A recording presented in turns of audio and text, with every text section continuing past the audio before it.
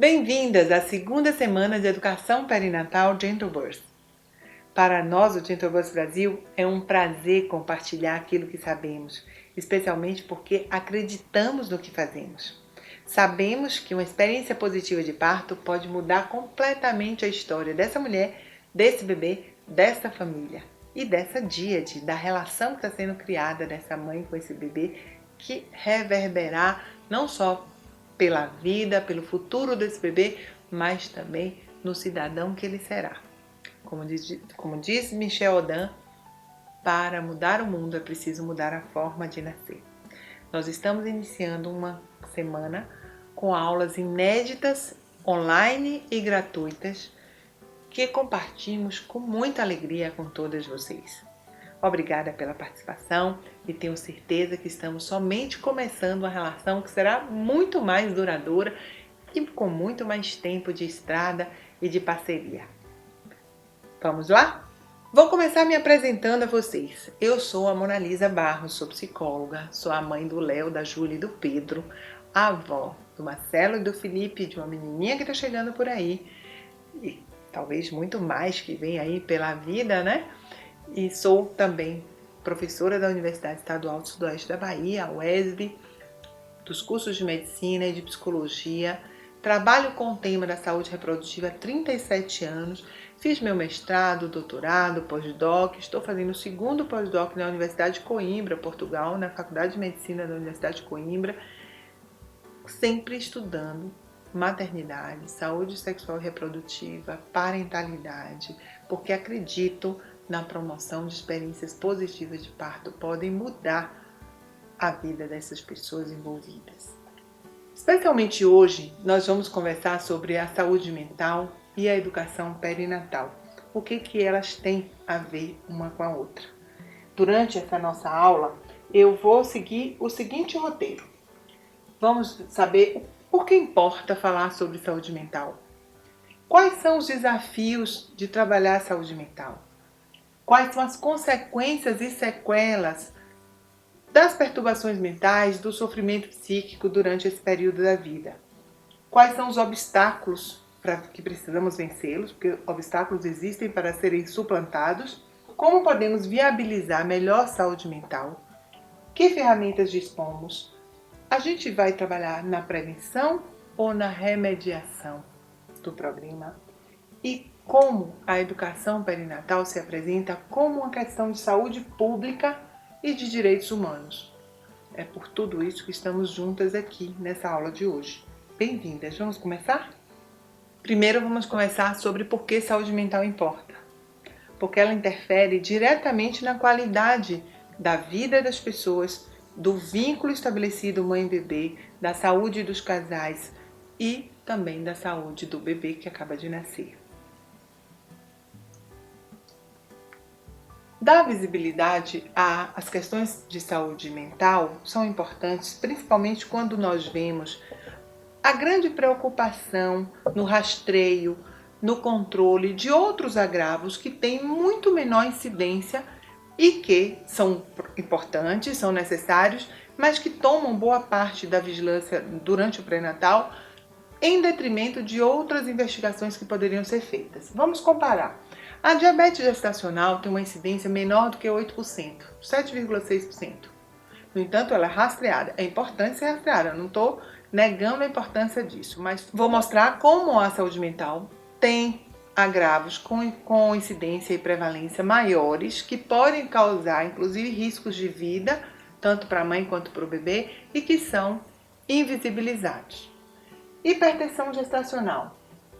Entre as mulheres de 30 a 39 anos, a incidência é de 4,6% a 22,3%. A infecção urinária, de 2 a 10%. Óbvio que é importante investigá-las e precisa de monitoramento. Cardiopatia, 4%. Mas há uma cultura biomédica de busca dessas patologias, mas há uma certa invisibilidade sobre o que diz respeito à saúde mental. Há uma cultura social cesarista, desempoderadora, que permite ainda mais o desenvolvimento de ansiedades, medos que contribuem muito para os transtornos que nós vamos conversar aqui. Além disso, nós temos uma sociedade que tem muito medo, né? Muitas crenças de que o parto normal pode ser perigoso e que traz para a mulher ainda mais uma insegurança. E para completar, nós temos histórias anteriores muito negativas que são trazidas para as mulheres. Muitos ambientes não são protegidos e muitas vezes as mulheres ficam expostas a várias histórias macabras, né? Tem até um meme que diz assim: tá grávida, eu preciso contar uma história ruim para ela. E todo esse ambiente, ele é um ambiente muito propício para o desenvolvimento de ansiedades, de medos, de tristeza, e aí vamos ver o que isso repercute do ponto de vista da saúde mental. Bom, para que a gente possa entender como essas coisas interferem diretamente no parto, todo esse ambiente que não é favorável ao empoderamento feminino e à crença no próprio corpo, nós precisamos entender o parto como um evento social de nascimento mediado por hormônios, especialmente pela ocitocina. Tem um artigo muito importante da Ivone Ouza, uma psiquiatra espanhola, que fala sobre a neurofisiologia do trabalho de parto. Nós sabemos que o parto é impulsionado por neurohormônios e esses neurohormônios, eles produzem um estado alterado de consciência. É um momento em que a mulher está criticamente muito sensível ao ambiente externo, especialmente a ocitocina, que está ligada à experiência amorosa, à experiência orgástica, produz também uma experiência mítica, né, que nós, inclusive, chamamos de partolândia. É quando a mulher está no momento em que ela nem sequer sabe do que ela está falando naquele momento. E ela é de liberação pulsátil quando ela é produzida dentro do próprio corpo. As endorfinas, que produz uma alteração na memória, produz uma experiência agradável e orgástica e tem a ver com sono e analgesia.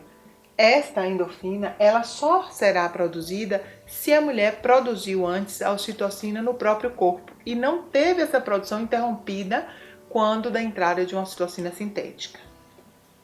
As catecolaminas, que vão surgir no reflexo da ejeção fetal, ou seja, naquele momento que a mulher tem vontade de fazer força para o bebê sair, elas são super importantes, elas promovem ali naquele momento uma sensação de morte iminente. Por isso muitas mulheres falam: eu pensei que ia morrer e ele nasceu. Então é justamente nesse momento da ejeção da catecolamina que é super importante para a proteção à hipóxia do bebê, proteção por esse tempo de transição entre respirar pelo umbigo e respirar pelo nariz, que produz também essa sensação de morte iminente e que devolve à mulher uma força que ela pensa já não existir no final do período de dilatação, que é quando ela tem vontade de fazer força de uma forma quase instintiva. E sabemos ainda que separar mãe e bebê após o parto afeta a interação social até 1 ano de vida. Então você veja que são fenômenos fisiológicos, bioquímicos, que têm uma relação direta com o emocional e muito provavelmente, especialmente por ser um momento muito criticamente sensível ao ambiente externo, a mulher está vulnerável a partir da qualidade da vivência desse momento, desenvolver algumas consequências disso se nós não estivermos preocupados em promover uma experiência positiva de parto. Bom, quais são os distúrbios neurobiológicos perinatais? A gente sabe que o excesso de estresse durante a gestação tem uma relação direta com a prematuridade. Há um efeito de estresse diante de toda a gravidez e consequências, inclusive, no comportamento da criança no pós-parto. O estresse durante o trabalho de parto pode produzir uma interrupção do trabalho de parto.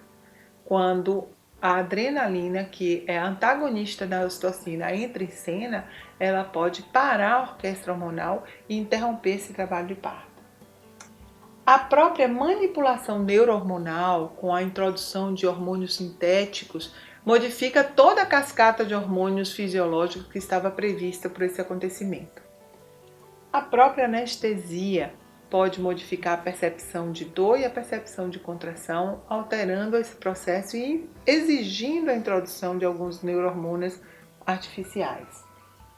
A ocitocina sintética, que tem aquele ação que eu falei de interromper imediatamente a produção da ocitocina endógena, e que não é, a ocitocina sintética não tem a função de ser hormônio do amor. O hormônio do amor, ele é a função de vinculação, a função afetiva, ela tem a ver com a ação da ocitocina endógena, porque a ocitocina endógena tem uma ação no sistema nervoso central. O parto instrumental, que é um parto que modifica também essa fisiologia e às vezes, né, muito claro, necessário em algumas situações, mas que precisa ser usado com comedimento no momento oportuno, quando necessário. A cesariana, porque esse bebê não foi avisado que nasceu, ele não recebeu essas informações neurohormonais de que aquele era o momento do seu nascimento. A própria catecolamina para a preparação do seu pulmão para a respiração, a ocitocina dizendo que está tudo bem, as endorfinas produzindo aquela certa analgesia. A gente chega a dizer que numa cesariana o bebê não sabe que nasceu e a mulher não sabe que pariu. Não há informações neurohormonais em seu cérebro de que isso está acontecendo. Então, o processamento dessa informação vai exigir muito mais esforço de adaptação desse cérebro materno.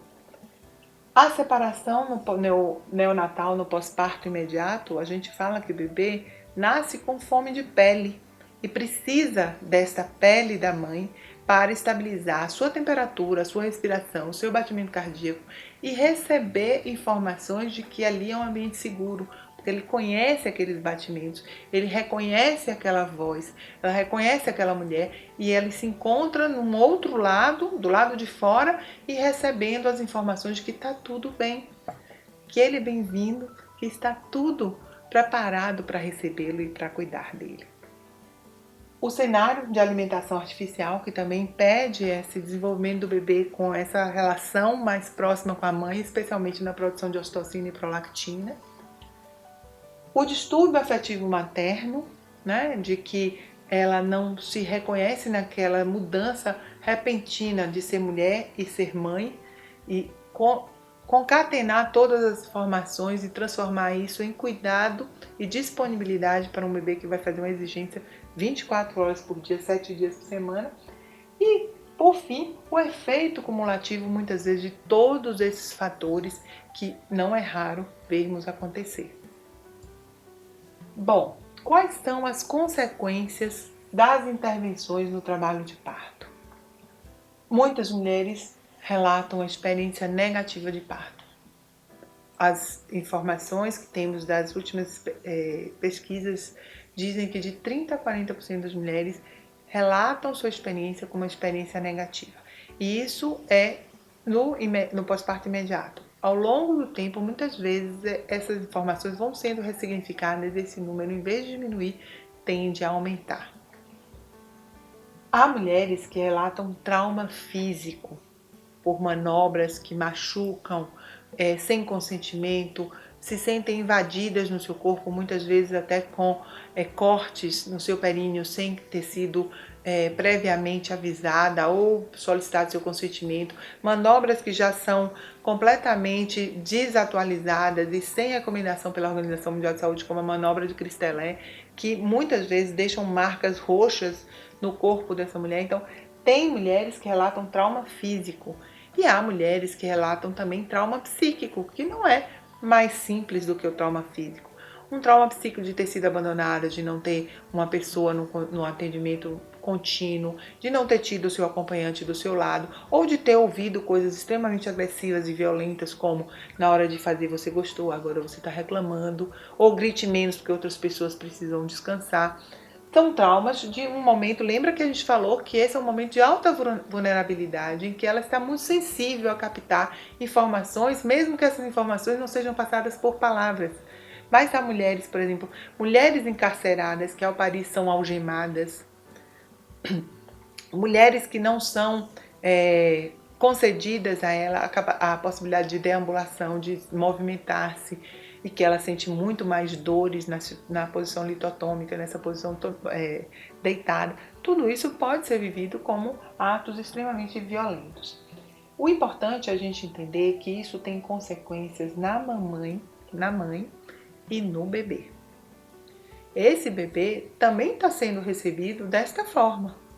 Né? Um bebê que é separado, que é logo amamentado com uma fórmula, que não está ali no contato direto com sua mãe, tem uma recepção, uma chegada a esse planeta de uma forma extremamente difícil, né? Que vai exigir dele muito mais esforço de adaptação e de encontro de uma certa segurança para que ele possa se adaptar a esse novo mundo. Há efeitos também na díade, na relação dessa mãe com esse bebê. Não tem efeitos específicos na mulher, tem efeitos específicos no bebê, mas tem efeitos específicos na relação dessa mãe com este bebê. Efeitos também na lactação.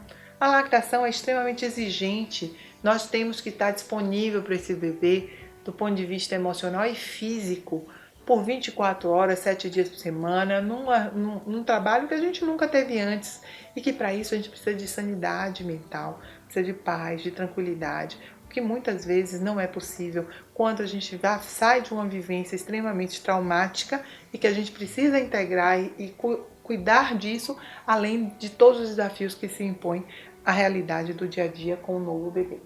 E nós entendemos que há efeitos no curto prazo, há efeitos no longo prazo, e vamos falar de alguns transtornos que podem advir dessa experiência, e há um efeito transgeracional, do que eu vou contar à minha filha, do que eu vou contar à minha neta, do que a minha avó conta de como foi a experiência dela, do que minha mãe conta, que afeta a forma como eu me disponibilizo para viver a minha experiência.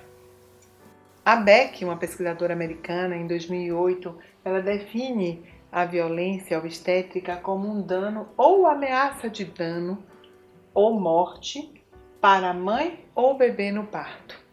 Então não precisa nem que exista efetivamente o dano, a própria ameaça pode produzir efeitos a longo prazo.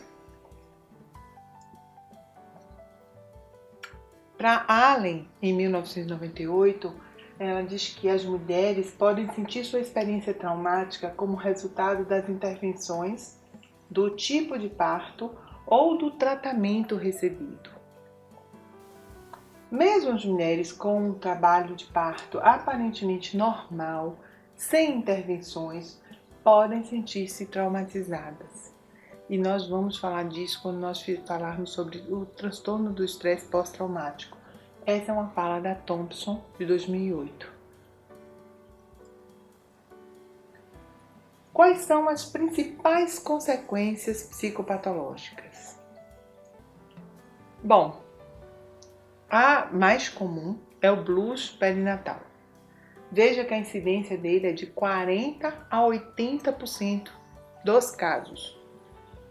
Quase, se a gente chegar aos 80%, a maioria das mulheres vai viver um período de blues. O que significa o blues? É uma labilidade emocional, choro fácil. Labilidade emocional significa uma alternância no humor, de estar triste ou de estar alegre, sem que haja um motivo para isso concreto, externo. O choro fácil, irritabilidade, tristeza, ansiedade, alterações no sono e no apetite. O blues ele é transitório, mas de intensidade moderada. Mas não é porque ele é transitório que ele não é desestabilizador, que ele não é difícil de lidar e que exige muito esforço para a mulher saber o que está acontecendo, entender o que está acontecendo com suas emoções. Produz também dificuldades com sono reparador. Se a gente imaginar que essa mulher já está tendo o sono entrecortado, porque esse bebê acorda muitas vezes, e somado a isso, um sono que não chega a se aprofundar para que tenha a função de reparar a energia e fazer com que ao acordar esteja pronta para o novo, a cada vez que ela é requisitada e faz esse esforço e dorme e não tem esse efeito reparador, ela se sente cada vez mais cansada. Há um impacto, portanto, nas relações sociais. Não é uma pessoa que está predisposta a se sentir feliz o tempo todo, como as propagandas de margarina mostram na televisão, né? Aquela mãe com aquele bebê se divertindo, sendo muito feliz porque aquele bebê que esperado chegou. E ela se sente, portanto, inadequada, fora de lugar. Surge logo nos primeiros dias após o parto, termina entre o 7º e 10º dia, verifica-se um pico de intensidade no 5º dia e é óbvio que tem impacto no vínculo com o bebê. Pode ser manejado de uma forma mais adequada se ela souber que isso pode acontecer, de que isso é normal. O que acontece é que ela se sente inadequada por sentir essas coisas, acha que ela é culpada porque ela deveria estar feliz o tempo todo e ela não fala sobre isso e ninguém fala sobre isso, aumentando a dor e o sofrimento desse período. Sem contar que parte dessas mulheres não sairão do blues perinatal. Ele pode evoluir para outras sintomatologias, por exemplo, a depressão perinatal. De 10 a 15% das mulheres, elas já estavam no blues e elas seguem aprofundando na depressão perinatal. A gente fala da depressão perinatal, antes a gente falava da depressão pós-parto, porque a gente sabe que parte dessas mulheres começam essa depressão ainda na gravidez. E por não haver um rastreio, como há para diabetes, como há para infecção urinária, como há para hipertensão, isso passa desapercebido, essas mulheres são pouco assistidas e muitas vezes não recebem qualquer assistência e manejo adequado desse quadro, que pode precisar de medicação. Então, a tristeza, a diminuição do interesse e do prazer nas atividades habituais, alterações do apetite e do sono. Você vê que boa parte desses sintomas já estavam presentes no blues e eles se intensificam. Agitação ou lentificação física e psíquica, fadiga ou diminuição da energia, perda da autoestima, da confiança, sentimentos de culpa, agora ainda mais exacerbados, porque não remitiu lá no 10º dia, continuou, né, prosseguiu, uma diminuição da concentração ou da capacidade de tomar decisões, ideias recorrentes de morte, de suicídio ou comportamentos suicidas. Então, nós sabemos que a infecção urinária tem uma relação direta com a interrupção da gravidez, por exemplo. Mas a gente sabe que a depressão tem uma relação direta com o risco de morte para essa mulher. Então, não é porque é um transtorno de saúde mental que ele devesse receber menos atenção e ser dada menos importância à sua ocorrência.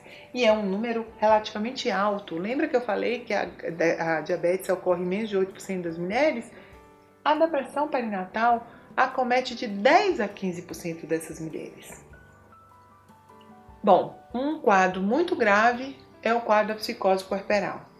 Ela ocorre em uma escala muito menor, 1 a 2 mulheres em 1000 partos, em 1000 nascimentos. Surge entre o renascimento do recém-nascido até as 6 semanas após o parto. Geralmente, a sintomatologia inicia-se nas primeiras 2 semanas do puerpério e o quadro clínico caracteriza-se por alterações do humor, do sono, do comportamento e do pensamento. Há aqui a presença de delírios e de alucinações. Especialmente o delírio auditivo nos dá um indicativo muito forte de que é uma psicose puerperal. Quase sempre exige internamento psiquiátrico para tratamento. E na maioria das vezes, ou se não 100% das vezes, um tratamento medicamentoso qualificado e específico para essa época da sua vida. Esses 3 agravos que eu falei até aqui são os mais comuns e que boa parte de vocês já ouviram falar. Entretanto, há outros 2 que são muito prevalentes e que são desqualificados, desmerecidos e invisibilizados. Vou falar aqui da ansiedade generalizada. O transtorno de ansiedade generalizada acomete de 20% das gestantes. Então, são sentimentos recorrentes de angústia, de apreensão, de tensão, sensação de mal-estar, instabilidade emocional, sentimento de incapacidade, pensamentos catastróficos, preocupação excessiva, palpitação cardíaca, insônia, principalmente por não conseguir parar de pensar. A ansiedade, como qualquer emoção, ela tem uma função e uma disfunção. Nós não conseguimos nada em nossa vida muito importante que não tenha envolvido um pouco de ansiedade. Passar um vestibular, o casamento, a graduação, um emprego que a gente quis, um concurso que a gente passou, exigiu da gente uma certa ansiedade para desenvolver o foco. Mas ela tem uma medida em que ela é funcional. A partir de uma certa medida, a gente perde o controle, ela passa a mandar na gente. As mulheres com muita ansiedade, elas vão solicitar intervenções, elas vão solicitar exames médicos cada vez mais recorrentes, elas vão perder a capacidade de acreditar em si mesmas e, consequentemente, elas vão desenvolver uma ansiedade muito grande com relação à data do parto. Nós chegamos a dizer que uma gravidez leva 8 meses e uma eternidade, né? Porque o último mês não passa. Não passa exatamente porque a nossa ansiedade não nos permite viver um dia após o outro, se nós estamos inundadas por ela e nós estamos deixando que ela maneje e controle a nossa vida. Quais são as consequências da ansiedade? Redução do fluxo sanguíneo da placenta para o bebê, restrição de crescimento, pode ser uma consequência da ansiedade. Aumento nos níveis de cortisol, que são os hormônios do estresse, e, consequentemente, modificando o ambiente desse bebê, que também está sendo inundado por esses cortisóis. E tem alguns estudos que associam o nível de ansiedade perinatal com o transtorno do distúrbio de atenção e hiperatividade. Eu discuto um pouco, mas existem alguns estudos que correlacionam isso. Aumentos dos níveis das toxinas pré-inflamatórias, produzindo um ambiente mais propício para o surgimento de infecções, inclusive da infecção urinária, né? Risco de complicações obstétricas e neonatais durante o trabalho de parto e parto também, né? Não só durante a gestação.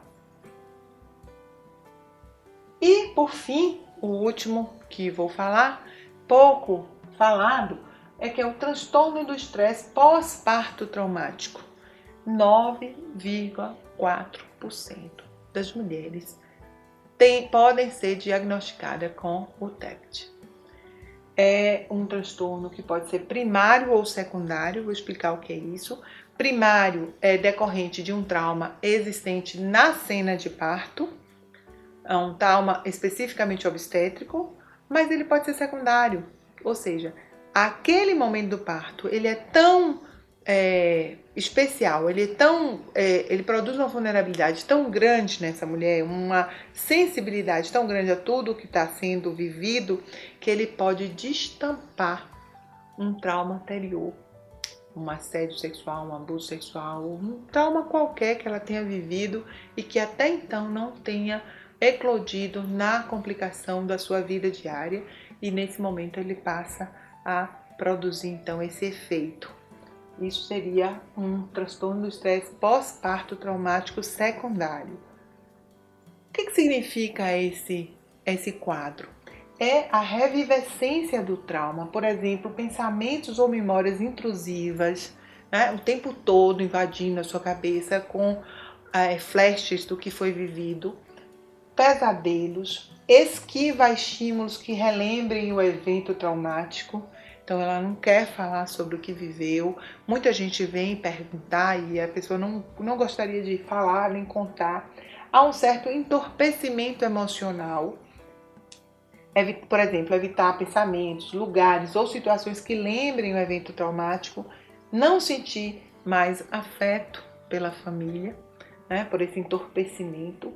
Há também uma hiperexcitabilidade, por exemplo, sobressaltar-se com facilidade, estar sempre vigilante.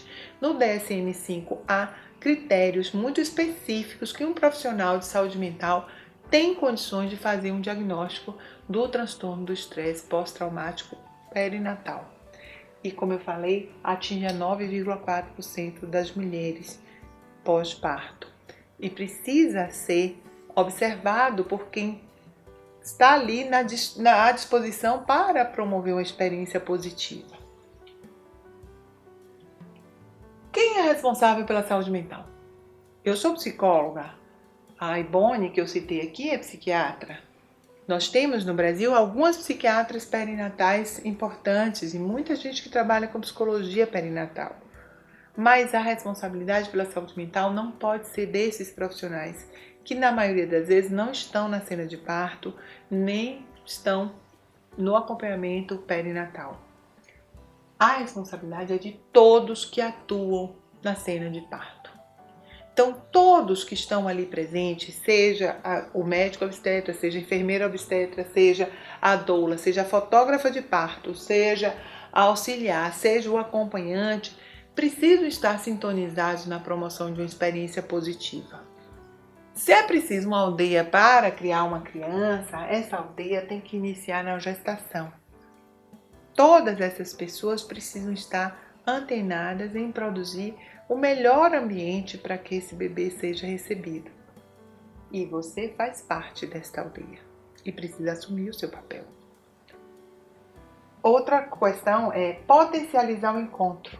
Nós precisamos construir pontes para que o casal se reconheça na parentalidade e construa suas fronteiras. Eles nunca foram pais antes, não desta criança. E eles precisam construir, então, a forma como eles vão parentar, a forma como eles vão cuidar e receber esse bebê. Quem deve ser protagonista na cena do parto é essa família que acaba de nascer. E colaborar. Nós temos como sugerir que desde o início da gestação se promova um treino mental e emocional para a vivência de tão grandes desafios, com informação de qualidade e o ambiente positivo. Proteger essa gestante daqueles ambientes em que trazem muitas informações negativas e municiá-la de informações positivas, baseadas em evidências, construção de possibilidades de enfrentamento disso, de reafirmação do seu potencial, de acreditar no seu corpo, do seu protagonismo, da sua força. Resgatar isso na mulher é papel de todo mundo que trabalha na cena de parto. Então, o que fazemos quando uma mulher confia a nós a sua dor? Então, vamos sair da prevenção agora e vamos falar um pouquinho assim, já aconteceu. E ela vem até você e confia em você a falar sobre o blues, a ansiedade, a depressão ou o transtorno pós-traumático. Como que você lida com isso? A primeira coisa que eu recomendo é, primeiro, agradeça a confiança. Porque se ela chegou para falar para você, ela construiu um vínculo de confiança e ela acredita que você pode ajudar. Então, acolha. Essa é uma relação de cura, um lugar de segurança, de dizer obrigada por ter confiado em mim. Pode falar mais sobre isso? Como é que você vive isso? Você não precisa ter respostas para ela, você precisa ter ouvido para ela. Você tem que ter uma escuta. O que eu sempre falo, que a gente tem uma boca e dois ouvidos, que é para escutar o dobro do que fala. Então, antes de se preocupar com o que você vai dizer, se preocupe em como você vai ouvir. A segunda etapa é a estabilização. O aqui e agora como recurso. Olha, você está sendo capaz de falar sobre isso. Você está sendo capaz de dividir comigo. Você está sendo capaz de poder olhar para trás e fazer uma avaliação do que ocorreu. É o dar-se conta. É o aqui e agora como recurso. Veja como você está neste momento. A terceira etapa é a confrontação, que é o trabalho com as emoções e os mecanismos de defesa. É o trabalho com o sintoma. Esse aqui é mais específico dos profissionais que trabalham com saúde mental. Então, se você não chega nessa seara, porque não é o seu campo de trabalho, após a estabilização, recomende a ela uma pessoa. Mas não recomende antes de ouvir, porque se ela não procurou outra pessoa, foi porque ela te elegeu como uma pessoa que pode escutá-la. No trabalho terapêutico, a gente faria a confrontação e faria a integração dessas sensações, dessas emoções, que é o trabalho com as polaridades, com a visualização do que aconteceu, o uso da arte e a natureza como recursos, a voz, a palavra escrita, a expressão plástica, o teatro, a experiência corporal. Muitas vezes a gente pode pedir a essa mulher para escrever o que ela está sentindo. registrar, tirar de dentro e colocar em um espaço ajuda nessa elaboração e nessa integração de tudo que está sendo vivido. Mas nós estamos aqui numa semana de educação perinatal e o nosso caminho mais forte é na prevenção. Como eu falei no início, todo o nosso objetivo é na construção de uma experiência positiva de parto. E nós precisamos fazer isso tendo olhar sobre aquelas consequências para evitá-las. E temos muito a fazer. Nós precisamos trabalhar, portanto, na prevenção, na promoção de experiências positivas de parto. Ao longo do pré-natal, nós precisamos viabilizar a expressão de seus sentimentos e expectativas com relação ao parto e à parentalidade. Ela precisa construir junto com o seu parceiro e com a equipe que está acompanhando todo esse percurso de desejos, de expectativas, até para encontrar um lugar que seja mais adequado à realidade que ela vai enfrentar.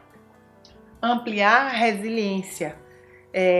Quando ela modifica a percepção de dor, entende a função da dor, por exemplo, no processo de parir, ela amplia a capacidade de poder suportar o que for puder, o que tiver que viver e construir ali, vencer ali muitos dos obstáculos.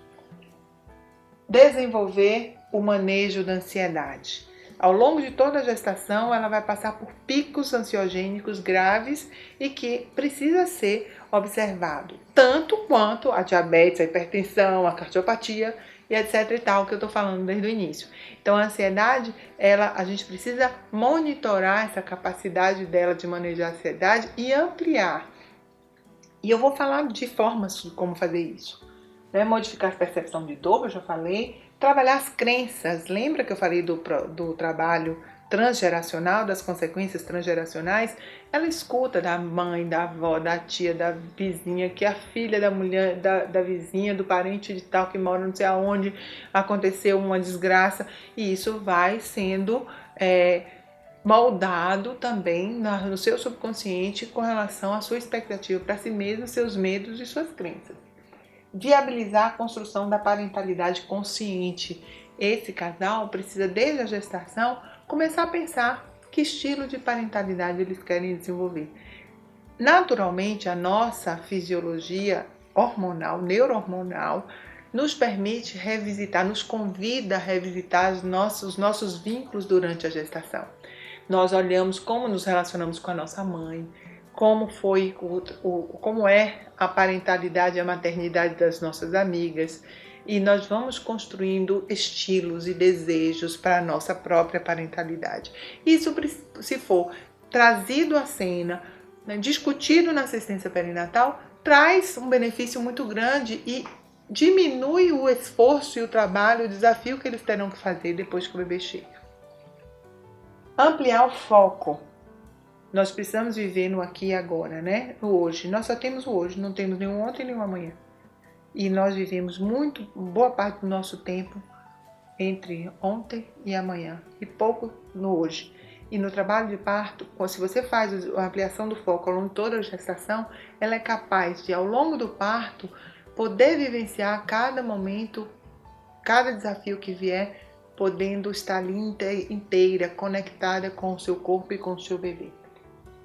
Disponibilizar mecanismos de conforto não farmacológicos que são extremamente importantes e viabilizam a capacidade de poder vivenciar todo esse trabalho de parto até o momento em que ela possa decidir por uma intervenção farmacológica, caso seja do seu desejo. E desenvolver a autocompaixão. Nenhuma de nós é a mãe perfeita.